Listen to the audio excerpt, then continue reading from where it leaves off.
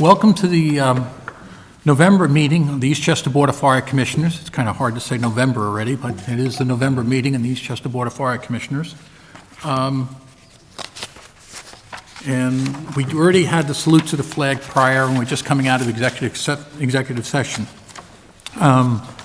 We have a number of things to go through tonight, so we'll go there. We'll start off with one set of minutes we need to, actually two sets of minutes we need to adopt from the October 18th meeting. We have one set for the budget hearing and one set for the regular meeting. So I'd look for a motion to adopt those minutes. So ordered. Mr. Laurie? Okay, so you'll abstain from those. I can abstain from both if you're making one. Yes, yeah, we'll make it one motion and you can abstain for both. Somebody want to second it? I'll second it. Okay. Mr. Baker, and Jerry's going to abstain. Okay, I'll call the board. Commissioner Laurie? Aye. Commissioner Baker? Aye. Commissioner Inkledon? Aye. Commissioner Napolitano? Abstain. Abstain, and I'll say aye. So those minutes will carry.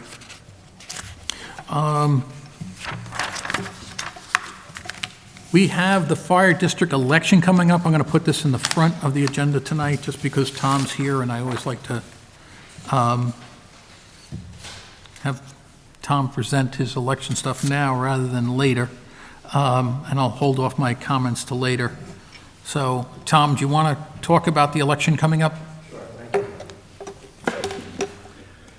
Well, they said at the last meeting, we have chosen to use the scanner voting machines, the new machines as we still think of them.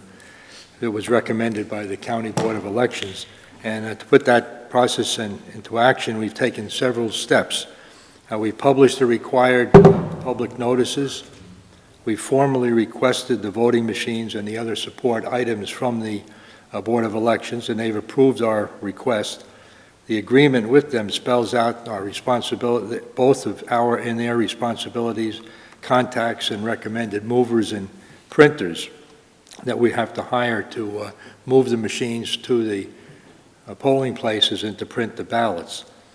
And from the recommended lists, we've selected a mover and a ballot printer, and we've notified them of their selection, and we've confirmed the polling places, which again will be the Eastchester Town Hall, the Tuckahoe Community Center, Leroy Gregory American Legion Post, and Union Corners Firehouse, and Bronxville Village Hall. We've contacted and hired, Mary Lou did anyway, 36 election inspectors from the Board of Election certified inspector list. The voting hours again will be from 2 to 9 p.m. Each inspector will work one 3.5-hour shift to cover the 7-hour time frame.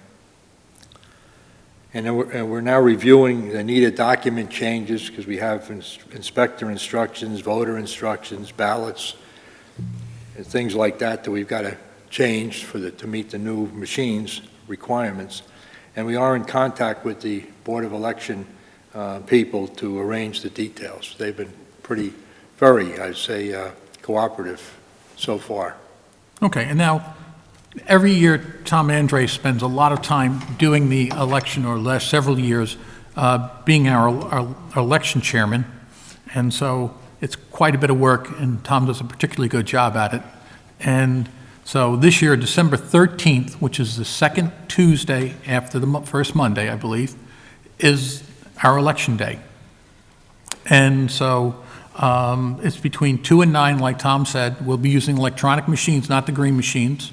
And then we have to figure out how many ballots we need, right? That'll be the variable here, is how many ballots we actually ordered for printing. And we won't know whose name's on the ballots until after, who's the completed ballots until after the 23rd, which is the last day. If somebody wants to run for fire commissioner, the last day to submit your ballot is November 23rd at 4 o'clock at 255 Main Street.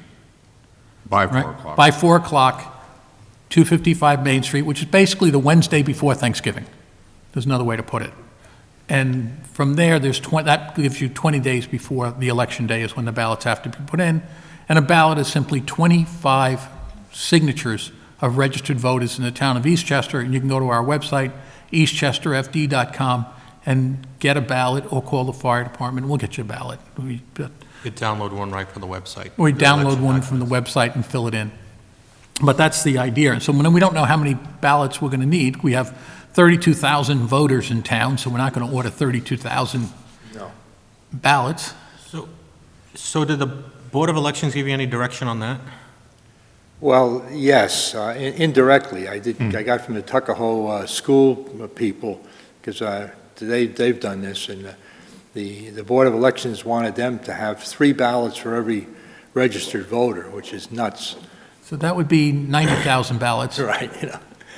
So, anyway, we've kind of pegged it at probably 2,000 ballots, maybe 2,500. Right, right. A big well, last year's election turnout was a fairly large turnout, It was like 1,500 votes. 1,500 votes total. 1568, 1568? Okay. 2014 was 727, 2013 was 775, 2012, we never really go over, 1,600 so far in the last 8 years. So maybe 2,500 to be safe. Yeah, it's just a matter of how do you distribute them among your different polling places? Right. Right, but you've been doing this long enough to know the flows of people. Maybe we just make a decision on what the cost is. It's 50 cents a ballot, period, roughly. No matter how many there are? Yes. Well, yes, for us, yes. If we wanted 1 million, it might be less, but That's my point. So there's 57 cents a ballot. 50 cents, okay. Yeah, it's 50 cents. And the Board of Election has approved printers, and you have to use their approved printers who Of course. make it. It would make sense. So, yeah, I have no idea how many we've never gone over, how many in the last? 1,600 votes Yeah, I think there was one time back, in the last 8 years. there was one time back in around 2000, 2001, where you had almost 3,000 people voted. But that was a fairly, I think there was something else. It wasn't just commissioner, if I'm not mistaken. It might have been, it might have had something to do with a bond for a truck or. For the emergency squad. it could have been the low, it could have been the low I thing. think it was the emergency squad that they were talking So- about purchasing. So in any case, it would be a high-class problem if we ran out of ballots, right?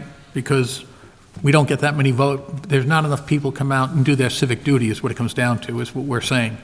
When you have 32,000 registered voters, and we're in the neighborhood of whether we need 2,500 or 3,000.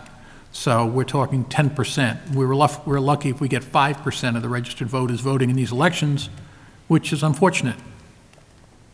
That's my view. It's just unfortunate. So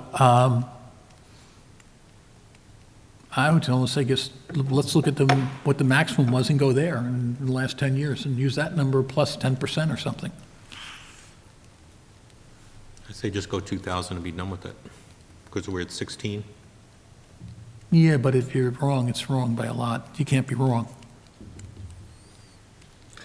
The fact that I'm just going to guess if Tucko's saying they recommend that they have 3 per, they probably allow for people making mistakes as well. Yeah, but this is going to be hard to make a mistake. This is not, you don't have too many ballot initiatives on this one.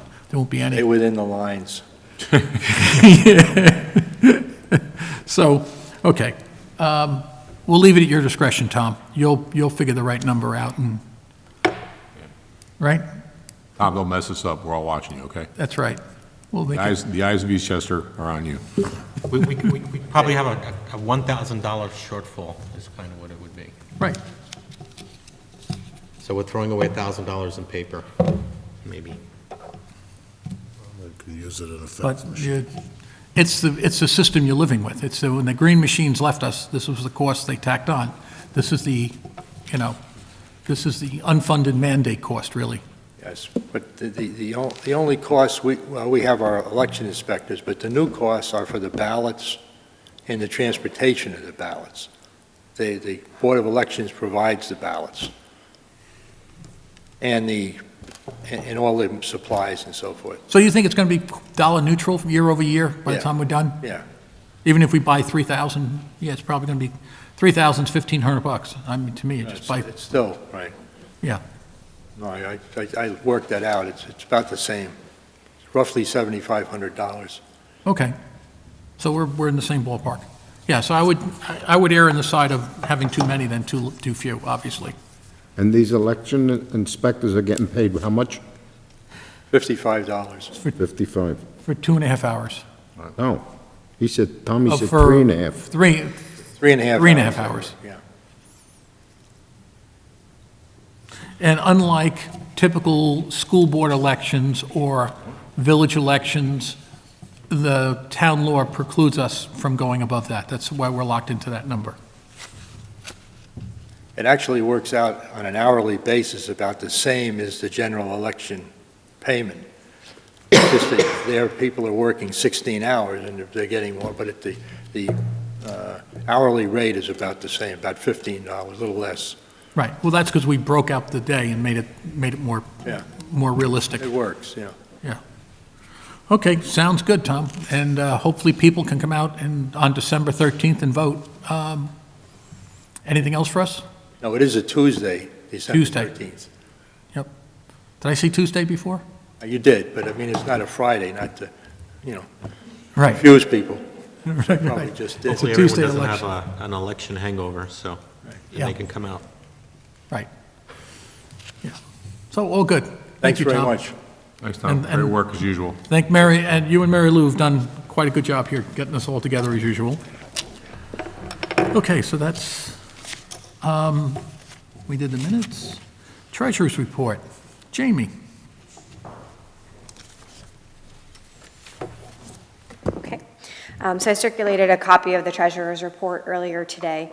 You can see that, through current, we're still, for the most part, running at or under budget for many of the items. One item I want to bring up again at this meeting is the overtime, which we've talked about now at the last few meetings.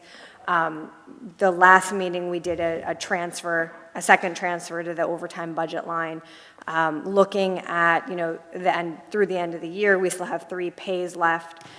We have not gone over the budget yet, but we do anticipate that we will still need additional funds to cover through the rest of the year. So I was recommending at this meeting that we make another $50,000 transfer. We do still have room in the firefighter salary line to transfer the money from, since, as we've talked about in the past, we were budgeted for some additional positions. So I think that's the most logical place while we can. I think after this, we'll have exhausted that, but we do still have a little bit of room, so that's a recommendation for this evening. Now, the logic, I mean, as you mentioned to me earlier, there's 3 pay periods between now and the middle of, or end of the year, right? That's right. With the pay, so this will be carrying us to the end of the year. And it is what it is. Anybody have any comments or what you want to do, or? That's pretty straightforward. Okay. All right, so there was another, we'll do this budget transfer, and then there's another topic. So transfer from the budget line, uniform firefighter's salary, 3410 spot 15, to firefighters overtime, 3413 spot 1, $50,000, this being the result of several long-term sick firefighters, and to cover anticipated 2016 overtime cost. This all sounds very familiar. Motion to accept the transfer of monies is requested by the treasurer. So who would like to make that motion? I'll make it. So that's Jerry. And who would like to second it? Second. Mr. Laurie. Okay, all in favor? Aye. So motion carries. Now, Jamie, there's been a couple, Chief Grogan has requested that from time to time, he likes using a vendor he thinks he can get better pricing on for filters, for basically different. Just one example, I think. One example for would be shopper, I can do better. Filters online. Plus. Our current purchase or procurement policy says you can only use the credit card for pre-approved accounts, and those pre-approved accounts right now are Quicken, and I think there was one other, it was your GoDaddy. Quicken and GoDaddy for the Web hosting. website charge, the fee. So I think we want to think about adding Amazon Prime as a pre-approved on our credit card and Filters Plus, because when those bills come in, we'll view them just like we normally view bills. But the competitiveness of Amazon Prime would be hard for us not to overlook. I mean, I think most people, when they shop, spend their fair amount of time doing that. Yeah. And the municipality should probably do the same. Make sense? Makes sense. And also, I'd make certain I wouldn't just take it for granted. I would continue, I would compare. Oh, no, we're not going to buy without comparing. Right. But Yeah, I it's just- hard to yeah. believe that you're not going to be able to be competitive using Amazon Prime with, than not. So we still have the duty to compare, but it's a venue that you don't have to wait to come back to the next month and do the, when you're buying like paper products and that type of thing. Okay, so somebody want to make a motion to add those two vendors to Make that our, motion. Second. and seconded by Mr. Laurie? All in favor? Aye. Okay, and we'll do that. Anything else, Jamie, on our list? Yeah, I just had a few other points just to point out. You've probably already reviewed the bills this evening, so just pointing out that we do have our retirement bill, which is due by December 15th, so we can take advantage of the prepayment discount, which is historical practice. Which So is that, $1.8 million. yes, Yeah, let's look at that again. What happens, Jamie's saying there is the retirement system provides us if we pay the retirement system upfront in one lump sum, we get a discount than waiting and do it in installments, right? So is that the one that does that? Do they have the discount? it wouldn't be installments, so we could wait to pay until February. Right, so if we pay it But now. we get a small discount for. We get a small, so prepayment. Jamie's bringing to our attention, we're going to write this very serious check for the retirement system. Yep, and then we did have our PERMA, which is our workers' comp. We had our audit at the beginning of this month, and so we're waiting on results. That's just their comparison of the estimated wage base they use to determine our fees to what we've actually paid out. So it is possible that we may see a refund. We did see a refund last year, having to do with how they account for overtime versus how we do. So we'll probably have the results on that next month. And then one other thing I want to point out with respect to our healthcare costs, and specifically how it impacts the Tier 5 and Tier 6 firefighters that are paying into it. So we do the limited group that we have that are paying in. We did receive the new rates. They were increased as we expected. It was actually higher than they had projected, so we're looking at about over an 11% increase in rates for those with individual coverage, and over a 12% increase for those with family coverage. So those were quite big increases, bigger than we anticipated when we were doing our budgeting, because at that point they had just released a memo saying about 9%. So in this next paycheck with November 25th, 2016, any of those firefighters that are impacted by the premiums that they pay in, they will receive a notification letting them know the changes to the premiums, as well as, which is very important, this communication is going to include an explanation of what they need to do to re-enroll in the cafeteria plan for 2017. This is something we worked on earlier in the year that will allow them to continue making their contributions pre-tax. So it's very important for any of those firefighters to make sure they pick up their pay stub and get the notification and come see me with any questions. Now and I think you've had this discussion with me, and just so people are clear, I think the amount contribution for Tier 6 firefighters is 10%.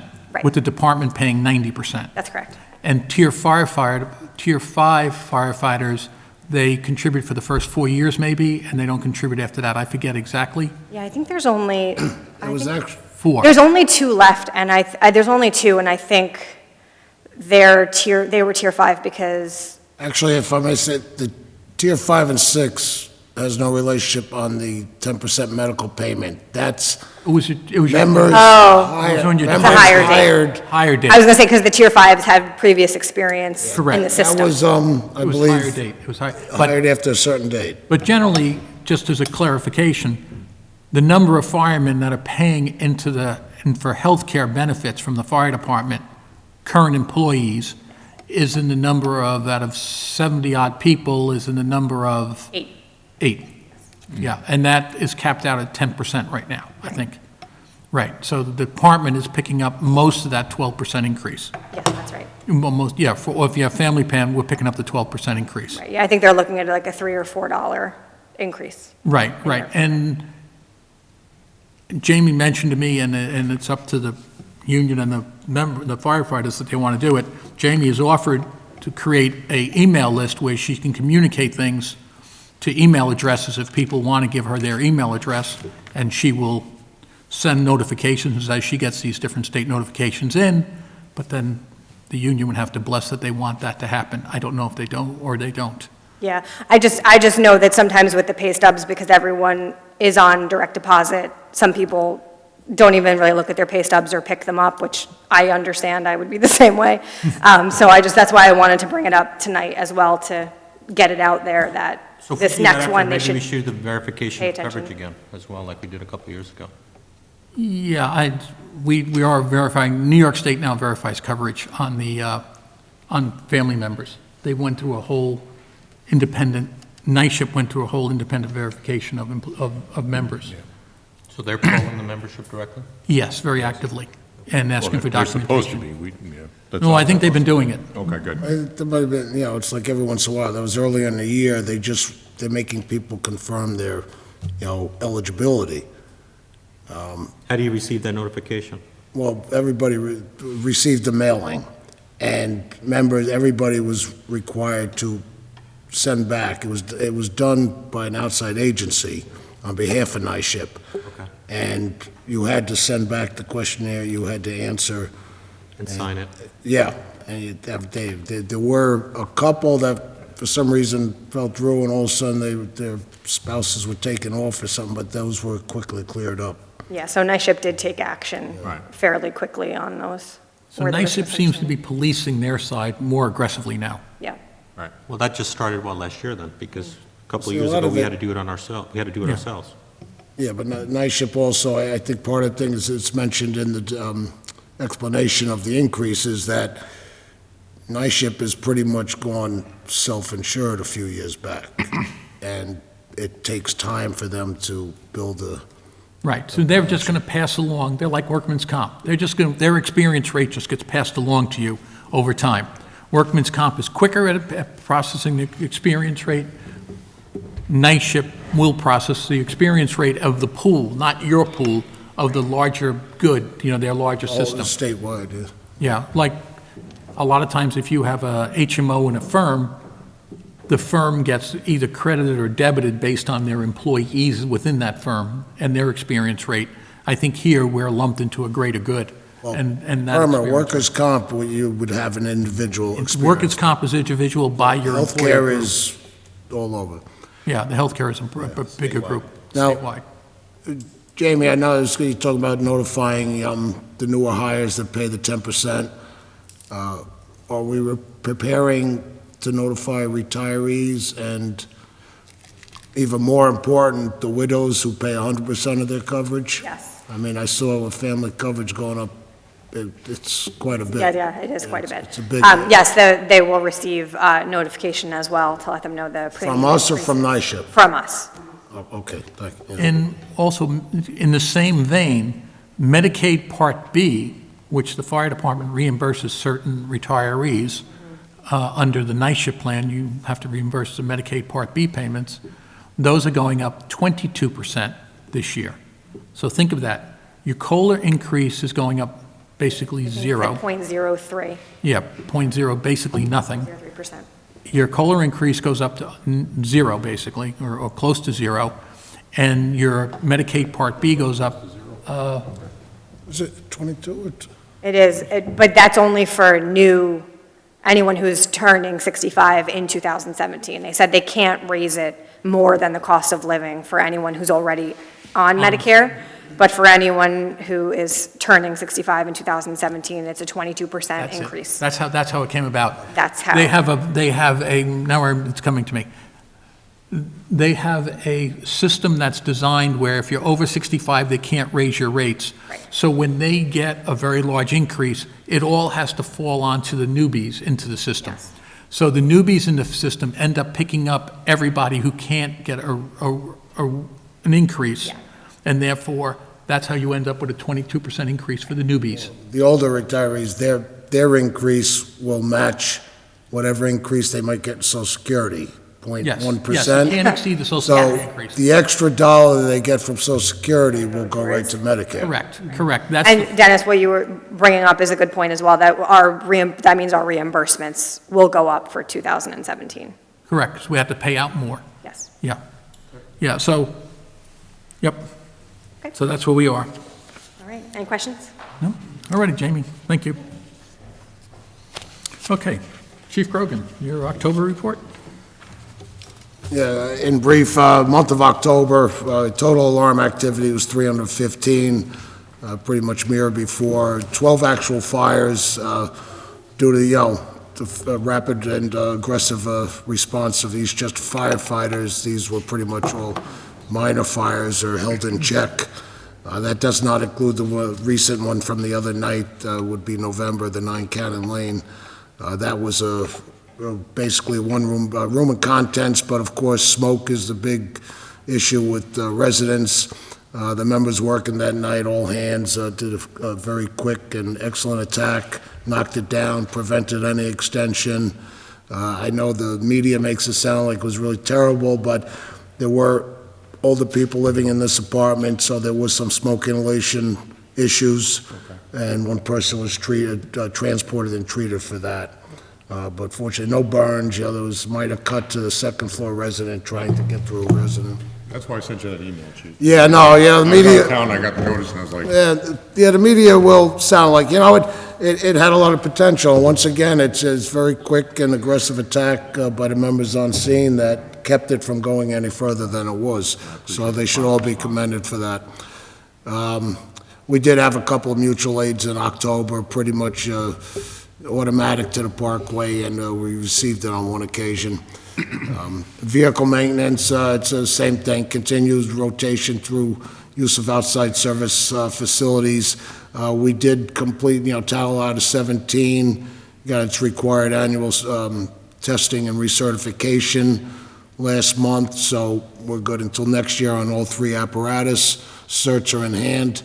The tower ladder is still due for a full service, which will eventually get it up to Ruscon for that service, because it's a little much to do in-house for them. Although we did just have, their mechanic will do, pumpers in-house.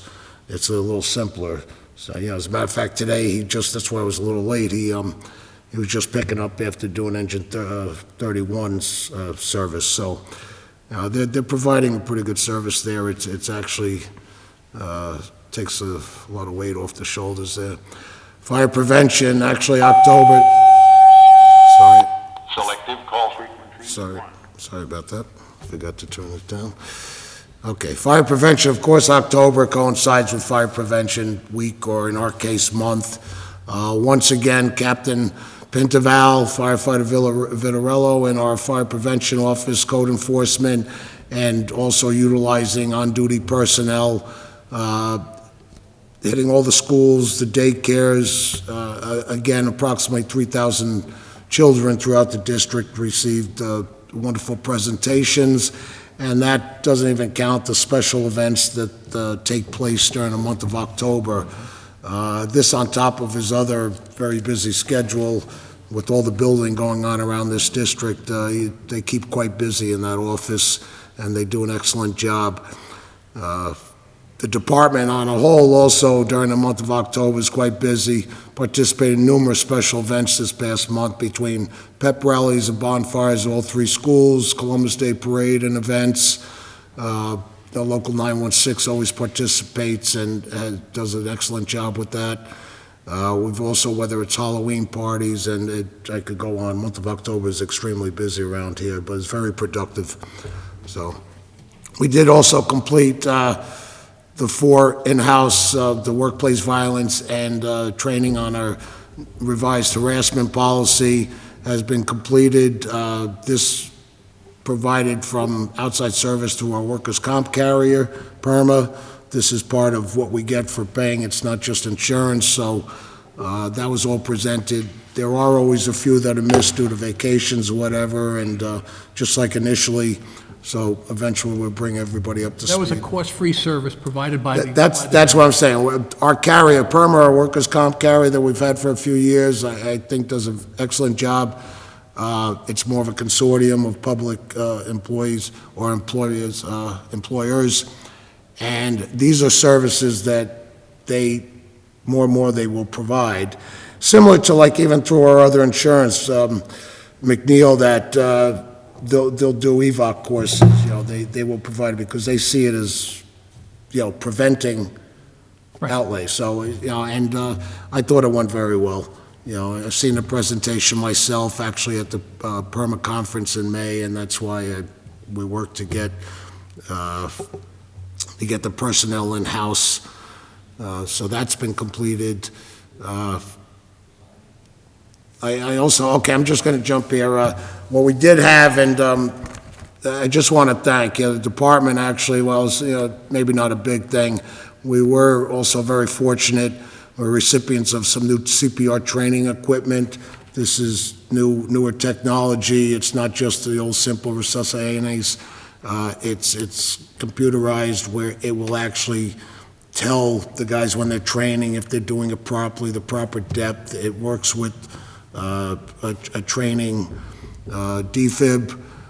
This was actually through a grant program. Our local Audi dealership, Classic Audi, in conjunction with, let me just get this right, I'm sorry, the Greater New York Auto Dealership Association, and through Classic Audi, who thought enough to reach out, seeing us as a valid recipient of this.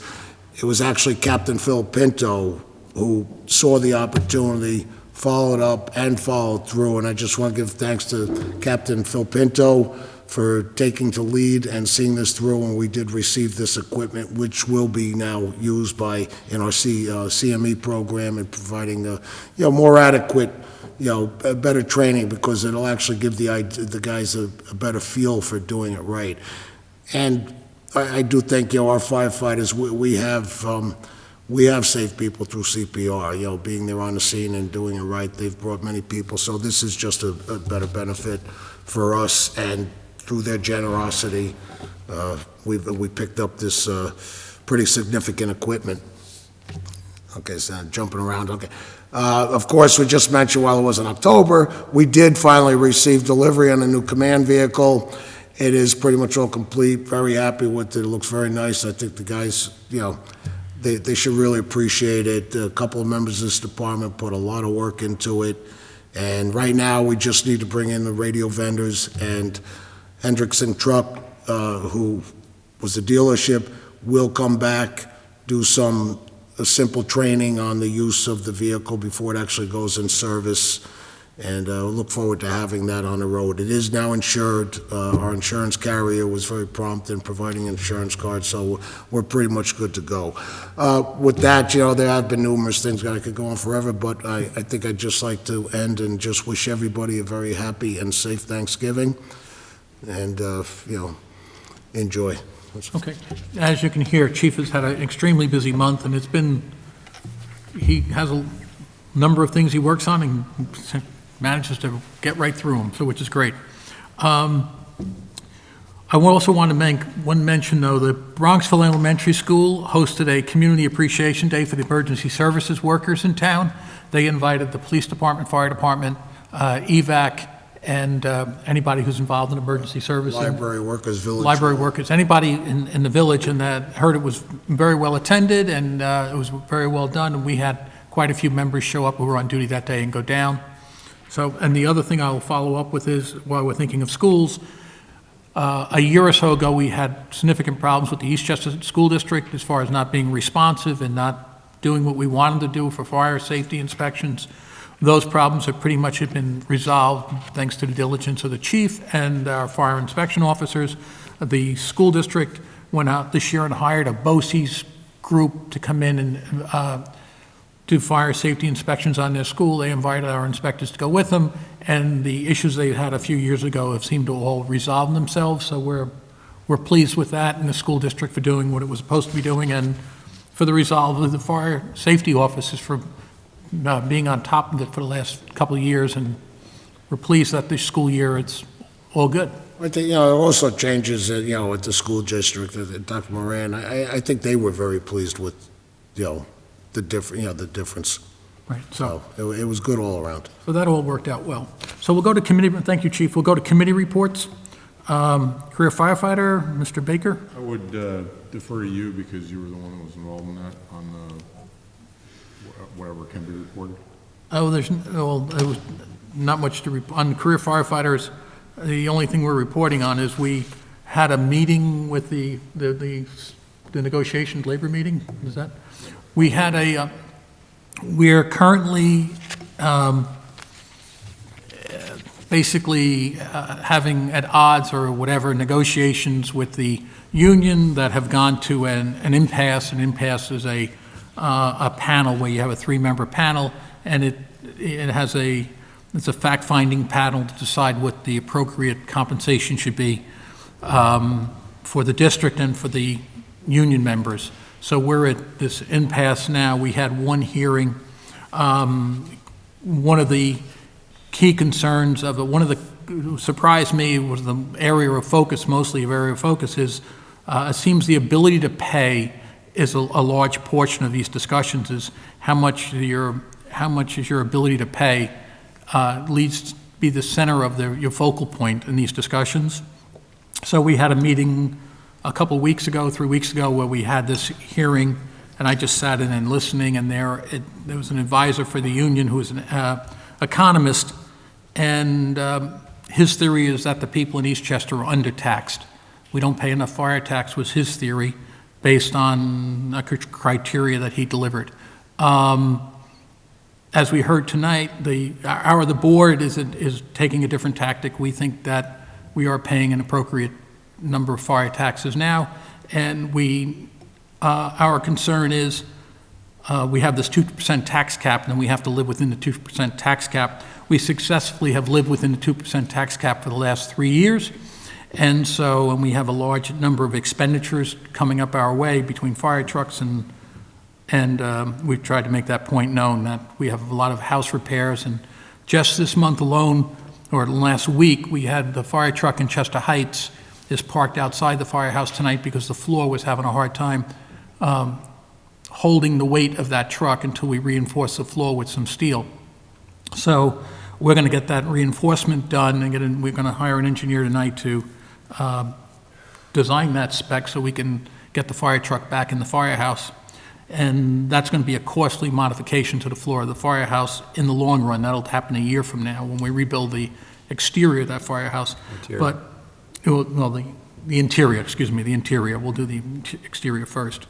So we had this first hearing where we went back and where the union presented their case, and we got a chance to listen. There'll be another hearing next week where we'll present our case, I guess, and then the arbitrator will make a decision, and that decision will be based on a 2 years contract. So that'll be for 2 years, 2015 and 2016, because our current contract lapsed on 12/31/2014. So we're looking at these hearings are kind of prescribed by law.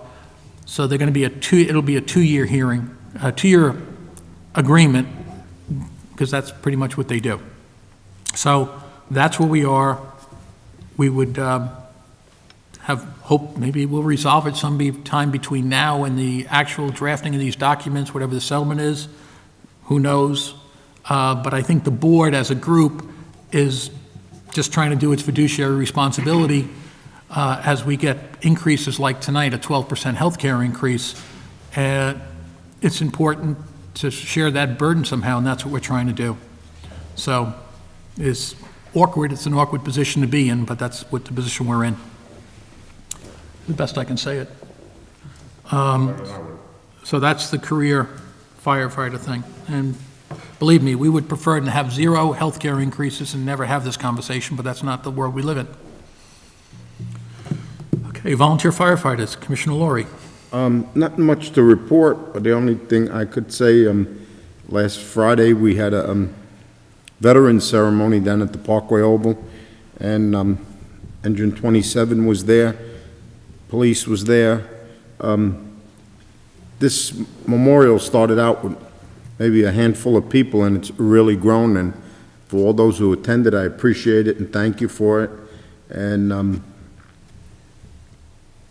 the only other thing I could say is to all, like the chief says, happy Thanksgiving, enjoy yourself, and have a safe holiday. Yeah, thank you. And I'm sure we'll concur. House and Apparatus, Commissioner Inkledon, you have some stuff for us. Yep. Okay, so our bid packages for the Chester Heights exterior restoration project are essentially done.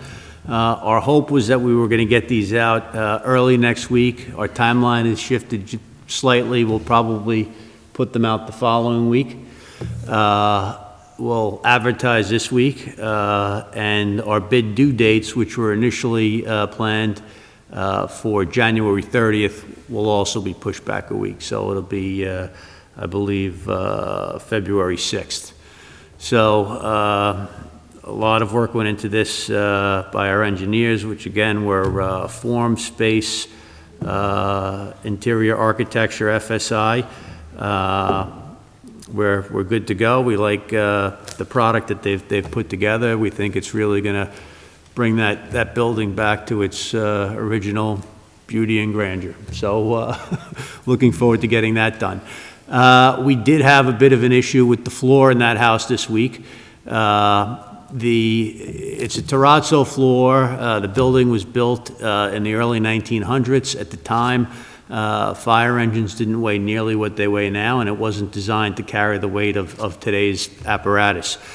We had a failure in one area, approximately a 4-foot by 4-foot section, where the concrete became pulverized. The apparatus didn't go through the floor. The shoring on the floor itself is still solid, but that section is weak and you can't run over it. We've had the engineers come in, take a look at it. They have a fix that they think will be very safe, easy to implement, and cost effective. Laying steel plates down on the floor to distribute the weight, so the weight of the engines will basically spread out over a wider surface. And again, the shoring underneath is solid, completely intact. But one thing this has done is kind of reinforced our own belief that, we need to start moving on the interior renovation as soon as possible. So we're going to ask FSI to present a proposal to do the design work on that. That project would include the removal and replacement of the floor in that firehouse. There's a bunch of other parts of that project that we can get into at a later time. But this issue has kind of moved that project further along, and something that we're going to try to tackle, starting within the next month. Yeah, and I think Peter's being slightly modest on what we're doing in the Chester Heights Firehouse. We should just go through what the exterior package looks like, what we're planning to do to the exterior package. We're replacing, removing the slate roof that's currently in place. We're putting down significant amounts of insulation to the exterior of that roof and then replacing it with a synthetic slate roof with a 100-year life. We are replacing all of the windows. The facades that are in particularly poor condition are being removed and replaced, principally the front of the building, the area above the apparatus doors. There's going to be repointing work done on any area where it's needed. It's probably, I would say, 25 to 30% of the building will be tuck pointed, where they'll be taking out wheat grout, replacing it. We'll be replacing lintels where they're in poor condition and need to be replaced. Woodwork, all the timber, Tudor woodwork that exists on the building will be removed and replaced with new white oak, very durable hardwood. What else? New gutters and leaders, New gutters and leaders. lighting improvements. Keep on going, because I've You know, forgotten the whole we got list. lighting improvements, we got gutters and leaders, we got, chimney being recapped. We went through this, Peter has it right there. It's about a 200-page, about a 200-page spec. We hope to get the spec out, hope to get a number of contractors to bid on it, and see how that goes along, and then we are going to move directly to the inside of the project. And, but creating one of these specs and going through this building, Peter and I have spent a number of days going through the building and the outside of the building, so is the chief. And for the firemen who work in the building, they know that it's been, there's been cables and wires and cables and stuff run up all and down the building with no rhyme or reason over the years. We're going to put a post, a stainless steel post in the top of the building that'll accept antennas. That's a commercial style antenna post and appropriate ductwork for that. So I think it'll be a typical municipal industrial strength job on the outside of that building. And the inside of the building is as terrible as it sounds inside. There's a lot of very good components on the inside that'll be able to stay in place, meaning the roof structure, the interior roof structure, the interior walls. There's quite a bit of the interior of the building that's in very good shape. Except for the floor. Yeah, except for the apparatus floor. The second floor of the building is quite nice. And it needs ADA improvements and those type of things. So they'll all be addressed. Okay, so that's on there. That was for the house and apparatus, right, Peter? Mm-hmm. And we can go right to apparatus, where we're right there with house and apparatus. You want me to? Yeah, you can. Okay, so New York State has passed a law in around 2012 that allows piggybacking of contracts, which means you can, if you find a municipality that bought something in New York State that's very similar to what you want to buy, you're allowed to go into that and buy off that same contract or that same spec, if you're a municipality and it was a municipality that did it. The requirement would be they had to advertise it according to procurement law. Your procurement policy would have to allow you piggybacking, and we changed our procurement policy back in March, I think, where we allowed piggybacking because we updated our procurement policies earlier this year. The vendor who put the contract out or the municipality would have had to have piggybacking procurement allowed in their, when they put their bid out, spec out, which they did. So we found a fire department on Long Island called the Huntington Fire Department that bought a KME engine, fire engine for $576,000, $576,965. So we're trying to buy 3 of those engines that are very similar to that one. So we're in the process now of negotiating with KME to compare that spec from the Huntington Fire Department and comparing our needs and our engine 29 and a prior build that we were thinking about before, and putting this all together to come out with a materially same engine, and we think we can do that. So in all likelihood, we'll be able to piggyback on the Huntington Fire Department's publicly bid spec for a fire engine. What's nice about this particular engine, it's not your classic volunteer engine. A lot of times volunteer fire departments add a lot of bells and whistles that a career fire department would not. This particular engine, even though it's $577,000, is not much different in design than we would require.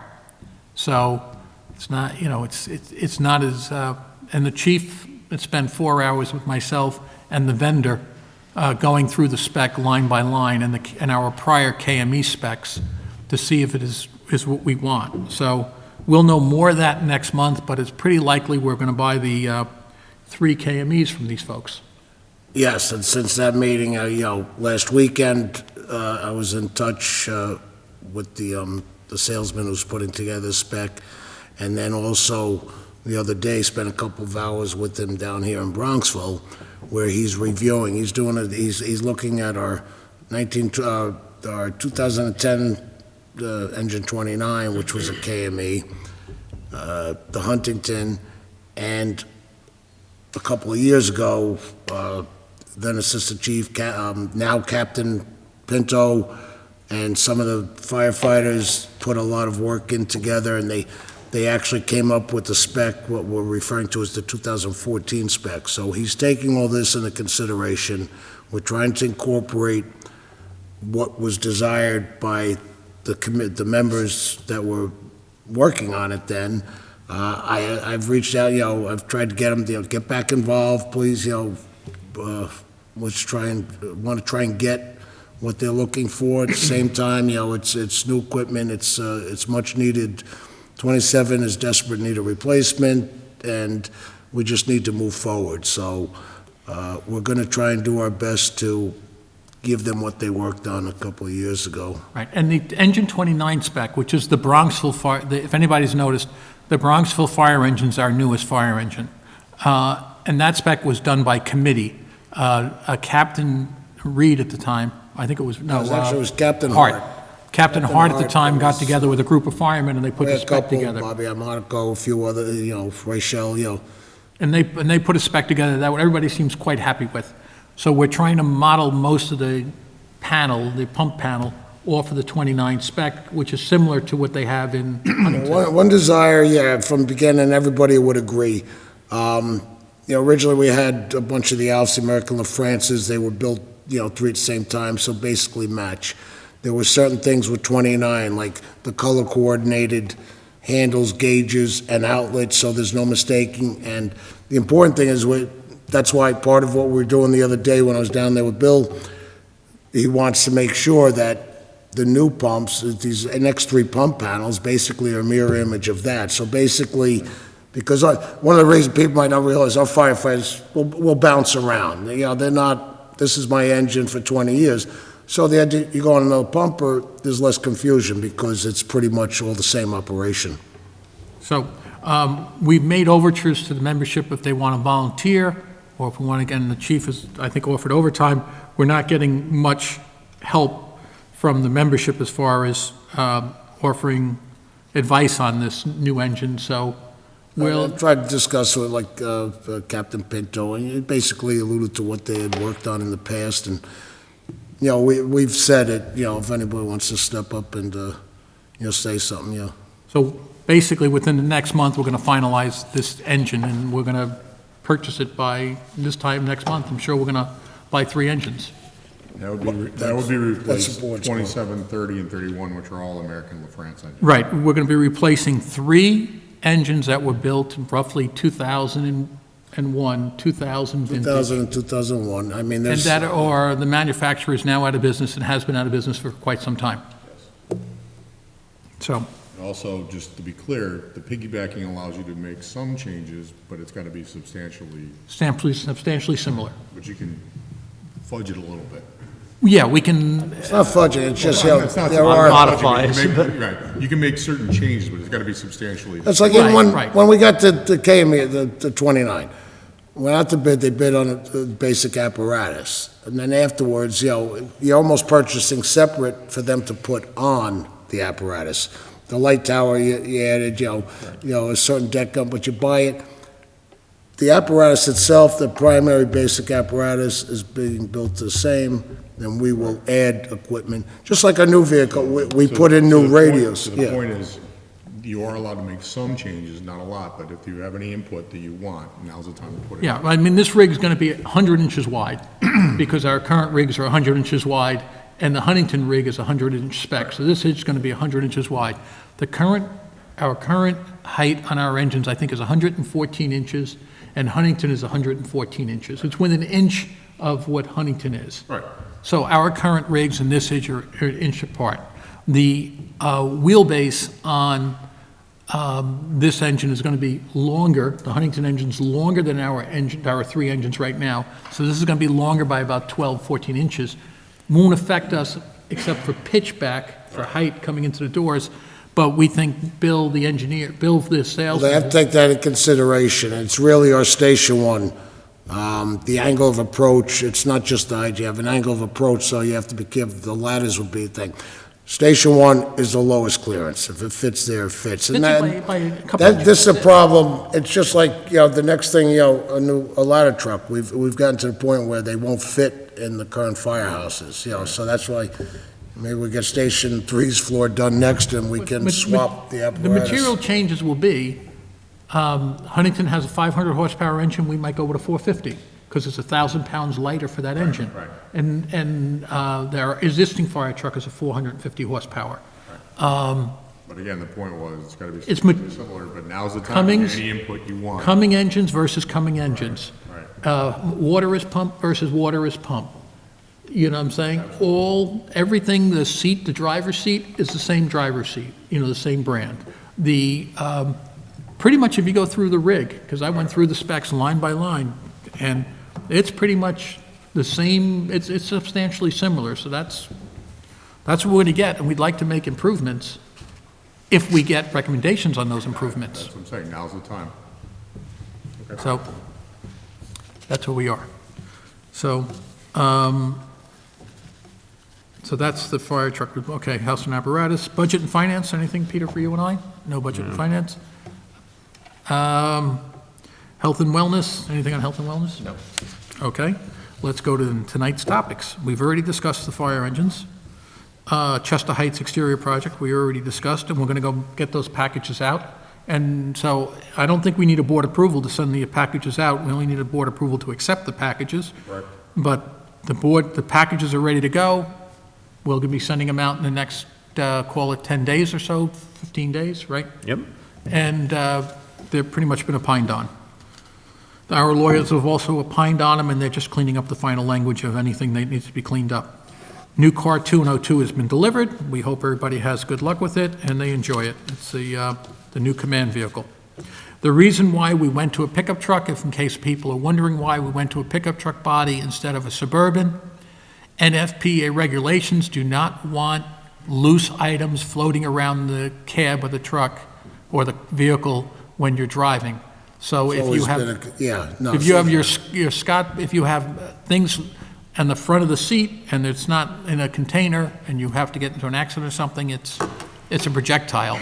This vehicle is designed to keep everything out of the cab. That was pretty much. Yes.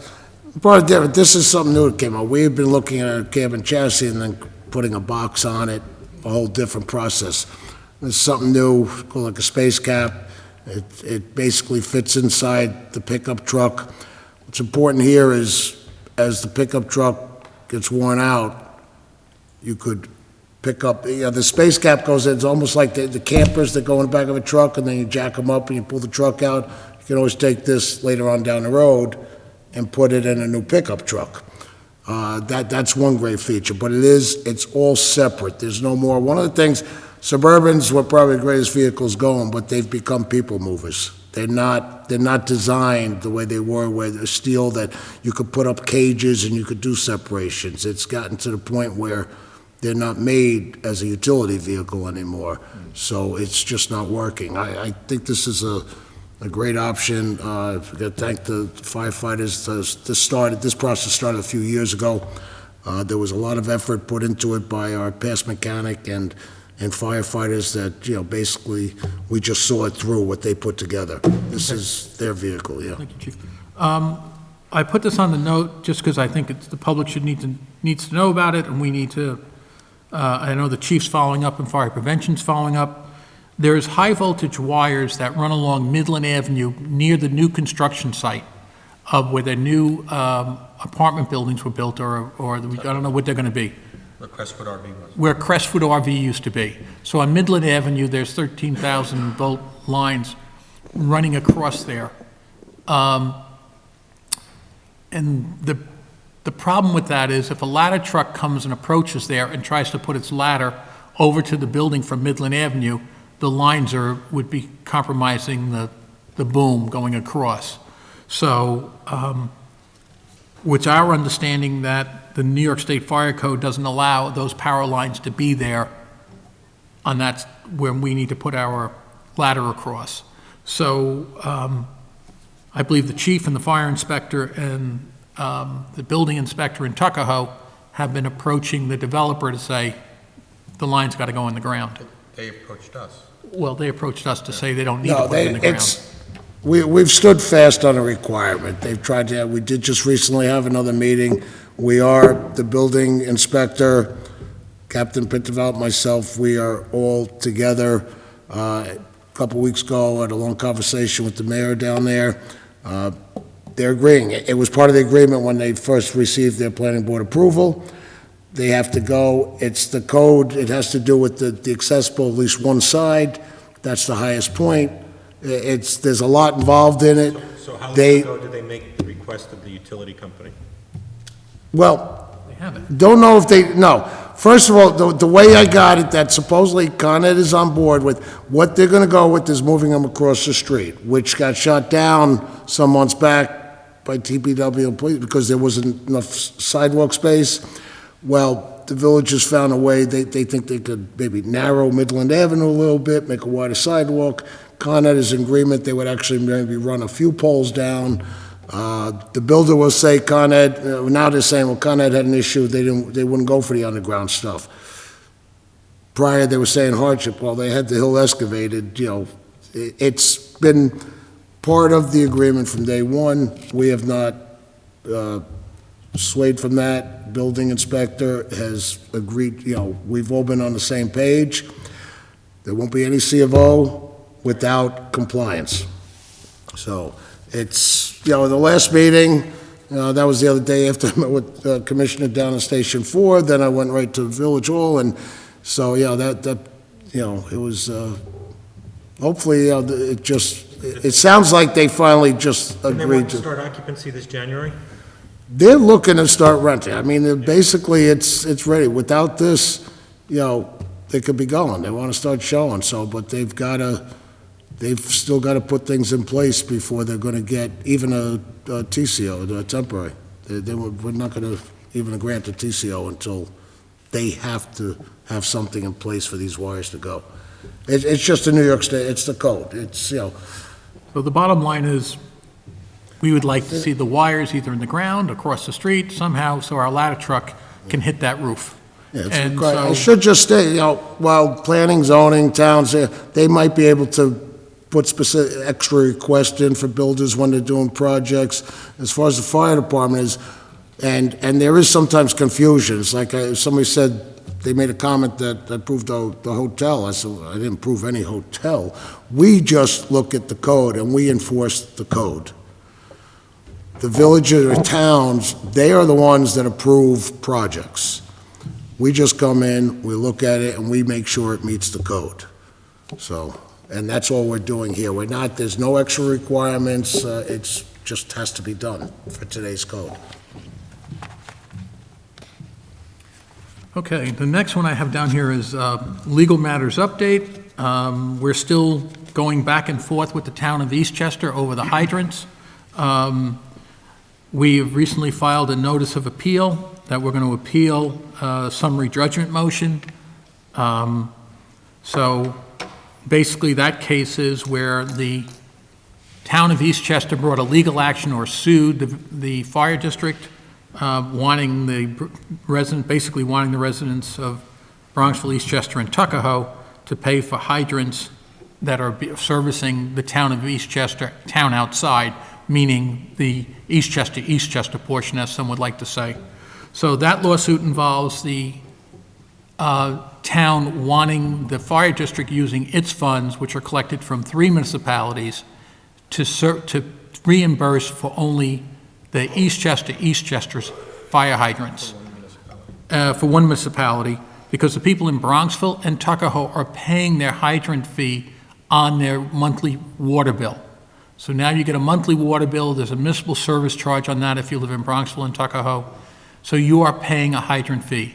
So if we have to pay the town of outside or Eastchester's portion of their hydrant bill, then we're using money from Bronxville and Tuckahoe to pay. It'd be like us paying for the Eastchester Police Department, which we wouldn't do, or something like that. So we're in litigation over that. They sued us, we didn't sue them. We're defending it, and that's one open matter. So one point here is that the mayors of the towns of Bronxville and Tuckahoe made that decision on their own in order for the municipal water tax to be incurred by the individual water payer or homeowner. And the town of Eastchester, that was decided not to move forward with that and continue with collecting the water tax from the hydrants directly from the taxpayers, and then the town of Eastchester, the town residents of town of Eastchester would then pay that back to Suez Water. So that's why that occurred. Right, and if anybody wants to get Mayor Marvin's view on it, Bronxville Mayor Marvin's view on it, I'm sure she's welcome to discuss it with you. She has a pretty adamant view of why are we spending all these legal dollars, and why should Bronxville taxpayers end up paying for Eastchester's hydrant bill. Just Bronxville, Tuckahoe as well. And Tuckahoe, I'm sure Tuckahoe Mayor has the exact same opinion. So I think it's just an equitable thing, and that's why we're being so aggressive defending it, and that's why we are going to appeal. We'll probably appeal every ruling we get until it goes to the... Depending on what the ruling is. Well, yeah. No, not everyone, but we're not going to roll over on it. Let's put it that way. The other thing we have going on, we have a bunch of former employee litigation matters that seem to, they just come out of nowhere, and we are spending money on those, but it's not much we can do about it. It's just, we'll get a request from one former employee who wants us to pay, tens of thousands of dollars, and we look at it and go, no, there's no chance in the world. So that's what we're doing. We get these, it's hard to believe we get them, but we get them. What else? I guess that's pretty much all I have to say on those things, besides the normal employee back and forth stuff. We're waiting for a decision on the Article 78. We're waiting for a decision on the Article 78 regarding the volunteers. We were told by the court that we would have that on November 8th. I think it was November 8th. 7th. November 7th. November 7th came and went, and the ruling did not come. So I would assume any day now we're supposed to get a ruling on the Article 78, which is just a FOIL request for us to get public documents from the volunteers, where we can ask them to give us their, normal financial documents. I believe we had a side bet of a virtue of choice. I think you owe me.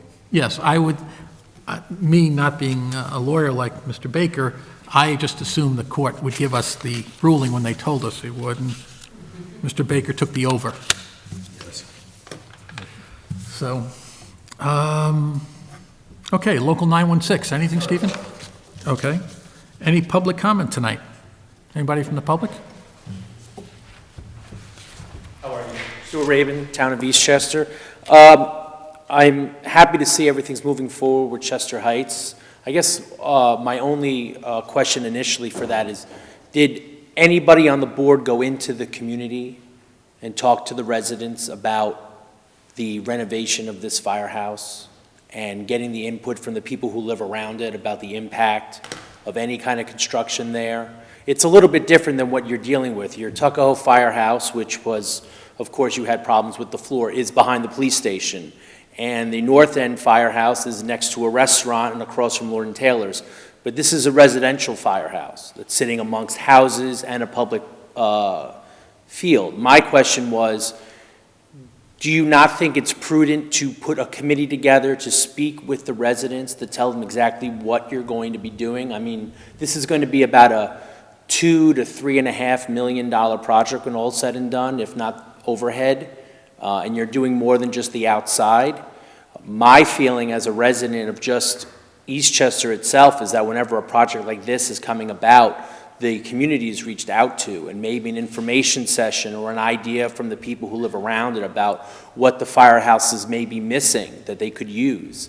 In the past, this firehouse was used by the community for private and public events. And I know that they recently had an event there, and they were not very happy with what they saw, and I'm sure you can understand that because it's in disrepair. They weren't happy about the condition of the firehouse, the apparent smells. Some people walked around, and the kids were a little bit, I guess, cautious about where they were allowed to be. I guess my only question as a taxpayer is, it's probably better business to walk into the community or hold an event and invite people to come to the firehouse and discuss what you're doing, what you're gonna do, and how it's gonna better their lives down there. Well, we did have the civic leader from down there, I forget her name, show up at one of our board meetings, and she had questions about what we plan to do at the firehouse, and we explained it to her in detail, and she seemed comfortable. Then some other fellow came in, asked similar questions, same night, answered his questions. He seemed comfortable, and we haven't had any inquiries whatsoever from anyone down there. Our meetings are all televised, and they play on the town channel, they play on this channel, and Bronxville channel, and they play on YouTube. So I don't, and we've been talking about this project for maybe a year and a half now, 2 years now? Longer than that. Yeah, maybe, I think it's been about 4 to 5 years minimum that this project's right, been on okay, the table. so, Yeah, but But with no movement, it's very hard for somebody to think, I'm gonna come to a fire board meeting and talk about something that's been on the table for 5 years and nothing's moved forward with it. They kind of feel disenfranchised. I do think. It's better business for you to go there and get their opinion rather than say, well, we have a forum for you to come that is 1 day a month. They don't show up, so I think you're in the position Well- that you need to go to them. Well, we have- They're your boss. well, we have email, and everybody can email us, and we're very responsive when they do. We receive phone calls from time to time. I can tell you, on this board, and I've been on it a while, there's very little, I mean, look at the meeting tonight. You're here for the first time, I think. Haven't seen you at one of our meetings, but this is your first time at one of our meetings. And typically, this is what the meeting looks like. You have a news reporter here tonight, which is unusual. You have 2 employees for the fire department. You have the union president, and you have Paul, one of our lieutenants, Paul Radalone, who generally will take a serious interest in the department and likes to come to the meetings. Other than that, that's pretty much what those meeting rooms look like night after night. So it could be that the taxpayers are comfortable with what's going on, and they're content, and they're not coming and venting. Could be the answer. I would respectfully disagree to that.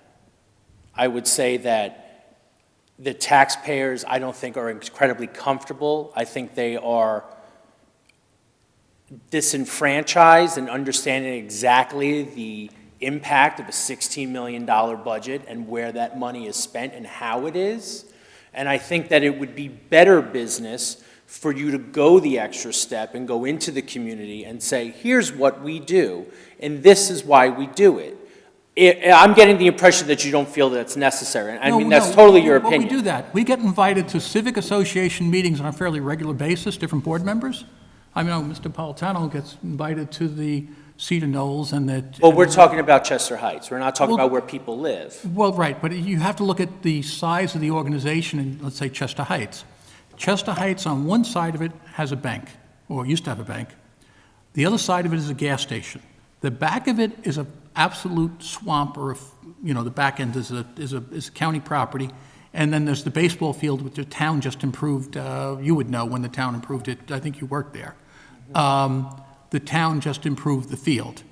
So there's no residential home within, if you had to send out one of those things where you're doing an improvement, you say you got to notify everybody within 200 feet, I don't think you're sending out any letters. Maybe I'm missing it. I don't think there's any residential property within, what's that? There's a park across the street. Park across the street, Just and there's a parking lot across the street. So if you had to notify somebody you were doing a zoning job, you wouldn't be notifying anybody for a zoning variance. But I don't think that you're seeing it the way I am. You're discussing about your variances and your building requirements. I'm talking about the impact on the community and being able to reach out to them. There's not going to be any impact on it. I think at this Oh. stage, there isn't a big impact because we're not talking about doing anything to the interior spaces that the community has taken advantage of historically. Right now, we're talking about an exterior renovation. replacing a roof, windows, issues with the facade, the things we described earlier, which really So your bid aren't, package doesn't involve anything on the inside? at this point, no. And when we do move to do the interior. It will. Well- It's a two-phase thing. It will. So your bid Inside- package will have interior improvements? No, the bid package that's going out next week is just exterior renovations, what we described here. Okay. We will move forward with an interior renovation, but the process for that has not even begun yet. And we hope to begin it within the next month or so. And at that point, we'll communicate much the way we have on this part of the project. I mean, listen, we've talked about this project for 4 years, up here. But really, it was a year ago when the board voted to spend $30,000 to commission a detailed report from a reputable engineer on what needs to be done, what should be done in that house, that it took on, a much more serious phase. And we've, in several meetings, gone into great detail on exactly what's going on in this phase, approximate budgets of what it's going to cost, trying to keep the public very aware of what we're doing, how we're doing, and how we're going about it. Your point about maybe discussing with the community what may happen in the next phase, where we are going to deal with spaces that are public spaces and have been used as public spaces, that might be a good idea. But for this stage of the process, I don't think it was, Well, I think we've appreciate done that. what we I need to think do. that's the right step to take. I think that And we're you're not going- changing the footprint of the building. The exterior stage, there's no change in the footprint. It's exactly what's there today is what's there today. Okay. And you're certainly revised that the debate about renovating versus rebuilding, tearing down and rebuilding, that cost is not going to be in the same ballpark. It's going to be too expensive to We've replace. come to the conclusion that knocking down and replacing is not cost-effective. Okay. It is much better. So the basement bones and of all that that will building. be able to be repaired well enough? Yes. And are you going to put a pumping, when the time comes, you're going to put some kind, well, you're going to do renovations to the floor in the basement. Are you putting in a pumping mechanism to pump water out of the basement, or is it going to continue to There's recede? it already has pumps in the basement. Do they work? It's always had some pump. That has a high water table. It's had some pumps forever, more than one. That'll get All them- those issues will be addressed when we do that work. We certainly wouldn't embark on, the kind of renovation we've discussed without addressing drainage, water issues in the basement. It will be part of a comprehensive plan to move forward with that renovation. And So if, as board members, we've been very sensitive to Chester Heights. It comes up a lot. I mean, it comes up a lot because we know that ends up being a community room for a lot of the people in the area. We've actually already discussed even having it ADA compliance. well, you have to, obviously. Correct. To do You don't have that, a if you look at the choice. exterior structure of the building, since we're so close to the ball field, it's going to be very difficult. But we want to continually do some level of improvements, and this is the first step. So we've talked about it a lot. We've talked about it in public as well. It's unfortunate if the community feels disenfranchised.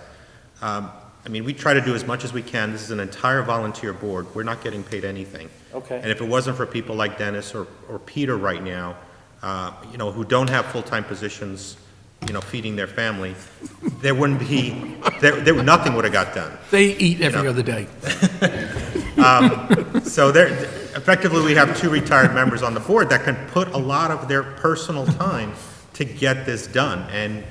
And I hopefully that the community doesn't really feel that these guys are not putting in enough time or doing the wrong thing. I wouldn't I want don't that think message to anybody get even said across at that. all. Nobody even said that. But we've talked about it a lot. We really want a lot of citizens to come to this meeting. We've stressed the importance of the budget being $16.5 million, which is, by the way, higher than the budget of Tuckahoe, higher than the budget of Bronxville. Yes. But yet, if you go to a Bronxville meeting or if you go to a Tuckahoe meeting, the audience is full. So we've been trying to message that for a long time. We So I don't Twitter, disagree. Jerry set up Twitter notices for people, so we started Twitter before Donald Trump did. So we have Twitter, we have, we have the page up there and we tweet out as much as we can. I think we do a reasonably good job. And the other thing is, in the last 3 years, stayed within the tax cap. We have no debt. So we're doing these renovations now because we've kind of planned to get them done and we're in a position to get them done.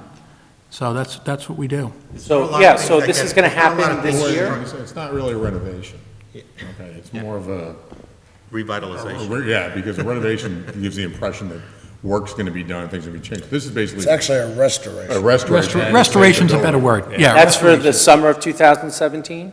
It'll hopefully start, the plan, he can, Yeah, this is going out to bid within the next week. Bids will be due in early February. We hope to be able to start work in April, May at the latest. It depends on contractor availability, whoever wins the bid, but that's the game plan. And we're hoping that the construction period is 6 months, no more than 6 months. Since we're doing it in the summertime, I expect that we'll be able to meet that. This comes out of your capital budget? it's gonna come out of, house. We're gonna go house and apparatus and cash, Right. right? And, I You mean, don't have enough money, right, in your house and apparatus for the whole project, so it's got to be straddling, right? well, no, we're gonna move money we'll move money from our general fund to pay for it. Right. That's what we'll do. Okay. But we don't anticipate any bonding right now on this project for this first phase, and likely the second phase without bonding. Okay. We will need to do the Bronxville Firehouse at some point in time in the future, not too far in the distant future, because it has the same shoring problems, but to a lesser degree, because it's the same terrazzo floor. They both poured the same, almost identical floors. We've already did the terrazzo floor in the North End Firehouse. Tuckahoe Firehouse has been done. Actually, Bronxville, Chester Heights are the only ones that had terrazzo. Right. And Bronxville's is a little bit thicker because that was, Didn't you have terrazzo? That wasn't We had terrazzo? repair there. We had no, there was epoxy on that. Okay. Because that floor had been reported in the early 90s, they had epoxy coating, but So they're both of those houses need to get done. And Bronxville, similarly to Chester Heights, is an absolutely beautiful building inside. It would make a good community office space or community space, just like Chester Heights is going to make a beautiful community space when it's done. Because if you take away Lake Isle, there's not much community space really for people to use in town. I don't think there is. Other than the library, but yeah. Maybe- Chester Heights Community especially. Center, Handle Field, Rec Park, Well, Parkway Oval, they're all available community space. So we do Right, have a right, lot but I of. think Rec the field point- wouldn't- I don't know if that lends itself to, You Rec know, Park, we have certain programs that happen there. I mean, not private, but other programs. But you also have the Tuckahoe Community Center, which is always looking for people to use it. Right, but they're not the Raven, same I think the grandeur. problem is Chester Heights is a local. Just I mean, it's one of the few firehouses, it's the only firehouse here that used for a polling location because there is nothing else for that neighborhood. Right. To me, that firehouse is very important to that neighborhood, always has been. We try very hard to continue, even though the conditions are terrible. I'm in constant contact with the Civic Association down there. I know that I am in constant communication, whether it's for the Civic Association meetings, they use it, the Halloween parties. We try and do our best. You made comment earlier that your complaints about the kids were limited where they would go. That's been for years because that's a safety issue. That's a safety issue. Oh, sure. The upstairs, they should find it clean, they leave it clean, we've always had a good thing. And the goal is to eventually, that's why, some may say, why do it? I said, because it's important to the community. And we have to restore that second floor to where, Union used to have functions there, volunteers have functions there, the community, the Civic Association we want to maintain that. But it's got to a point, that building, it was 1932. Past boards have not done anything to maintain it. It's a shame, and if somebody complained to you about odor stuff, yes, this is part of the problem why we're pushing for the outside. A lot of those odors are the dampness in the basement because of a leaking roof and leaders. That has to be done to protect the main body of the station so that we don't have to knock it down and we can bring it back, add an elevator, and get better use out of it. Chester Heights deserves it. What's the prospective price of the exterior work on the house? Hard to say, but It's got to be over $1 million, right? I mean, it was publicly disclosed in the report that they did, so I don't really see, I don't know if we should be telegraphing it in front of it going out for bid. It's not going to be immaterial, I'll put it that way. Okay. It's a- Well, it's your a fire small- trucks are gonna be just about 1.5, 1.7 probably for your fire trucks? 576 Close to the times 1.8. 3? I would say. In the agenda? 1.8. I got it I would here. say 1.8. 1.8. 1.8, well, you're going to spend 1.8 million for 3 engines. You still leaves you with a ladder truck, 2 ladder trucks that are vintage 2002s, 2001, 2002s. One of them is Seagraves, one of them American LaFrance. So, more than likely, the American LaFrance is your tower ladders, probably have to go. So that rig is, Bridgehampton Fire Department recently bought a ladder truck, it was 1.3 million. So I suspect, and that was a very fancy volunteer truck, I suspect we're gonna get a ladder truck for about $1 million. So we'll probably have $1 million expense in a ladder truck in the next 3 years. Our current ladder trucks are being serviced, they get ladder tested and all that kind of stuff, but somewhere in that neighborhood. I just had one question off topic, if you'd indulge me just for a second. How many lieutenants do you have? How many lieutenants? Yeah. 10. 10. Okay, great, thank you. Thanks a lot. Okay. Now, but the lieutenants, that's not a carved in stone number. We have 10, but the board can always change that number at its will if it chose to. Okay. Okay. Anybody else have any comments? We're good. Any board member comments? Oh, the bills if you want. Oh, we got to pay the bills. That would be a good comment to have. Jamie would be sitting there shooting me if I didn't pay the bills. $2.3 million. Yes, I have it right here. Okay, payment of bills.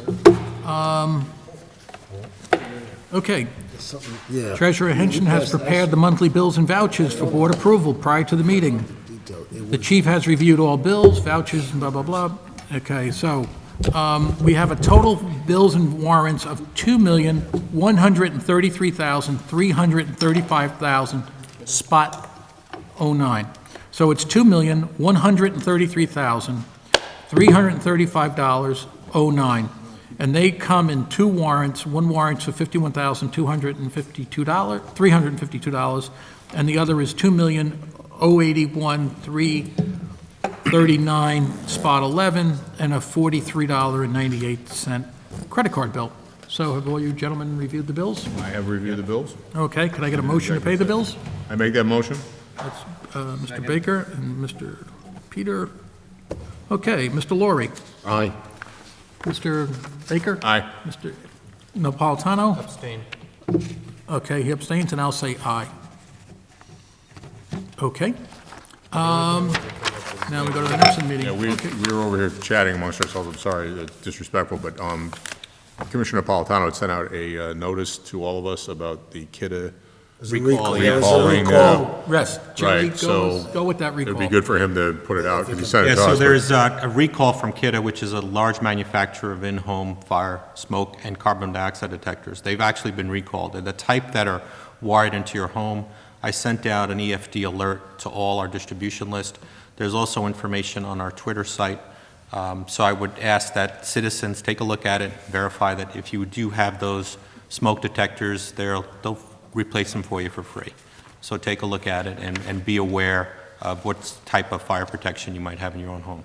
A specific model and certain years that they give a false indication that they Yes, will work. no, I don't think I did. They found that they You don't. know, I don't think I did. thanks for sending that out and being on top of that. Okay.